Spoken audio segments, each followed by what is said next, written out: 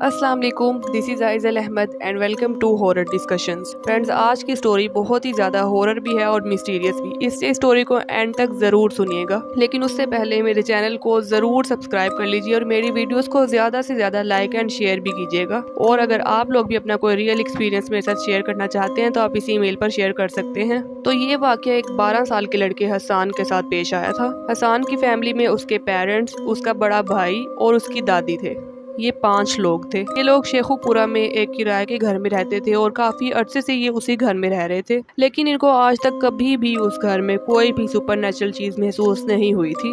حسان کا بڑا بھائی اپنی دادی کے ساتھ ان کے روم میں رہتا تھا، جبکہ حسان اپنے پیرنٹس کے ساتھ ان کے روم میں۔ حسان کے پیرنٹس کا جو بیڈ تھا وہ روم کے بالکل سینٹر میں تھا اور حسان کا جو بیڈ تھا وہ بالکل کارنر پہ۔ اور حسان کے بیڈ کے بالکل ساتھ والی جو دیوار تھی اس پر ایک ونڈو تھی اور یہ ونڈو انہی کے گھر کے صحن کی طرف کھلتی تھی۔ تو رات میں جب یہ لوگ سوتے تھے یہ ساری لائٹس آف کر کے سوتے تھے، صرف ایک چھوٹی سی لائٹ جو باہر صحن پہ چلتی تھی اس کی ہلکی ہلکی سی روشنی ان لوگوں کے روم میں آتی تھی، ورنہ ٹوٹلی اندھیرا ہوتا تھا۔ حسان کے ابو کی ایک عادت تھی کہ وہ رات میں 1 یا 2 بار اٹھتے تھے اور حسان کو چیک کرتے تھے کہ وہ اچھے سے سو رہا ہے یا نہیں سو رہا، اس کا بلینکٹ وغیرہ ٹھیک کر کے اس کے اوپر دے دیتے تھے، اور اکثر وہ اس ونڈو کو بھی کھول دیتے تھے جو حسان کے بیڈ کے بالکل ساتھ ہوتی تھی۔ اب ایک دن جب رات میں سب لوگ سو رہے تھے تو اچانک سے حسان کی آنکھ کھلی اور اس نے کروٹ بدلنے کے لیے اپنے منہ سے بلینکٹ اتارا اور سیدھا ہو کر لیٹ گیا۔ تو اسے ایک دم سے محسوس ہوا کہ اس ونڈو کے سامنے کوئی کھڑا ہوا ہے۔ روم میں اتنا اندھیرا تھا کہ وہ کچھ ٹھیک سے دیکھ نہیں پا رہا تھا۔ اس نے سوچا کہ یہ ضرور پاپا ہوں گے جو اس ٹائم کھڑکی کھولنے کے لیے یہاں پر کھڑے ہوئے ہیں۔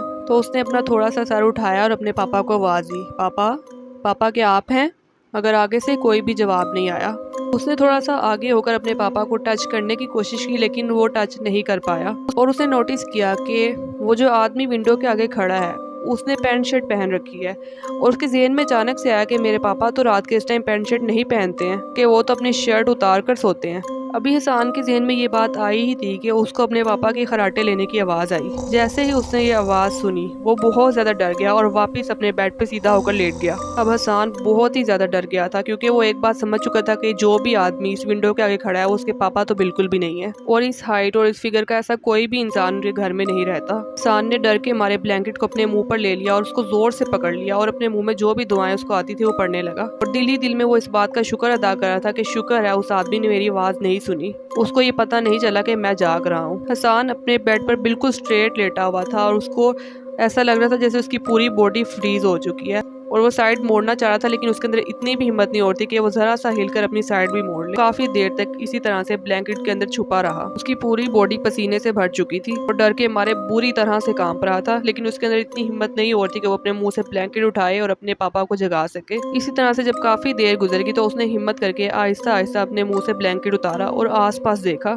اس کو وہ آدمی نظر نہیں آیا۔ پھر اس نے اٹھ کر اپنے پورے روم میں چاروں طرف اچھے سے دیکھا لیکن اس کو آدمی کہیں بھی نظر نہیں آیا۔ اس کو ابھی بھی اپنے پاپا کے خراٹے لینے کی آواز آ رہی تھی۔ اس نے آرام آرام سے اپنے پاپا کو آواز دینا شروع کی، پاپا پاپا اٹھیے۔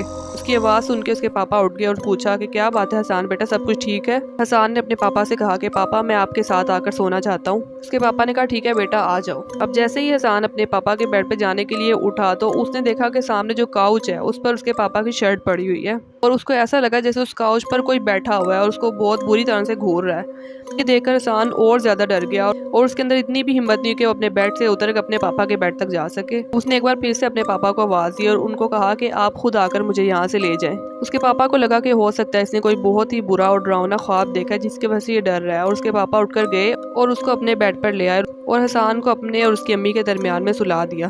اب وہاں پر لیٹتے ہی تھوڑی دیر میں ہی حسان کو نیند آ گئی اور وہ بہت گہری نیند میں سو گیا، لیکن سونے کی کچھ ہی دیر کے بعد اس نے خواب دیکھا کہ اس کے سامنے ایک بہت ہی بھیانک شکل کی عورت کھڑی ہے جو اس کو گھور گھور کر دیکھ رہی ہے۔ یہ خواب دیکھتے ہی حسان چیختا ہوا واپس سے اٹھا اور اس کی آواز سے اس کے امی ابو دونوں ہی اٹھ گئے۔ حسان بہت زیادہ ڈرا ہوا تھا اور بہت زور زور سے چلا رہا تھا کہ وہاں پہ کوئی عورت ہے، وہ مجھے مار ڈالے گی، لیکن اس کے پیرنٹس نے اس کو پیار کیا اور اس کو سمجھایا کہ نہیں بیٹا یہاں پر کوئی بھی نہیں ہے، تم نے ضرور کوئی برا سپنا دیکھا ہے۔ اس دن کے بعد سے حسان ہر ہر روز بہت زیادہ ڈرنے لگا تھا، وہ اکیلا سو بھی نہیں پا رہا تھا۔ پھر اس کے پیرنٹس نے حسان کا بیڈ بھی اس کی دادی کے روم میں شفٹ کر دیا جہاں پر اس کا بھائی سوتا تھا۔ دادی کے روم میں جانے کے بعد حسان کے ساتھ کبھی بھی کوئی ایسی چیز نہیں ہوئی، اس کو کبھی بھی ڈر نہیں لگا، وہ بالکل نارمل رہتا تھا۔ لیکن جب کبھی بھی وہ اپنے پیرنٹس والے اس روم میں آتا تھا جہاں پر وہ پہلے سوتا تھا، اس کو ہمیشہ اس روم سے بہت عجیب سی وائب آتی تھی، وہ بہت زیادہ ڈرتا تھا، اس لیے اس نے اب اس روم میں جانا بند کر دیا تھا۔ اس روم میں ہی حسان کے ساتھ آخر یہ سب کچھ کیوں ہوتا تھا؟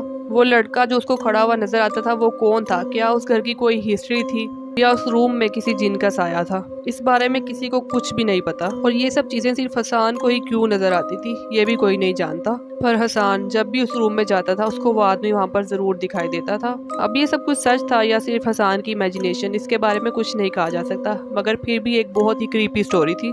تو فرینڈز، اگر آپ لوگوں کو 1% بھی یہ سٹوری پسند آئی ہو تو پلیز میرے چینل کو سبسکرائب کر لیجیے گا اور میری سٹوری کو لائک اینڈ شیئر ضرور کیجیے گا۔ اب ہم ملیں گے کل کسی نئی ہارر سٹوری کے ساتھ، تب تک کے لیے اللہ حافظ۔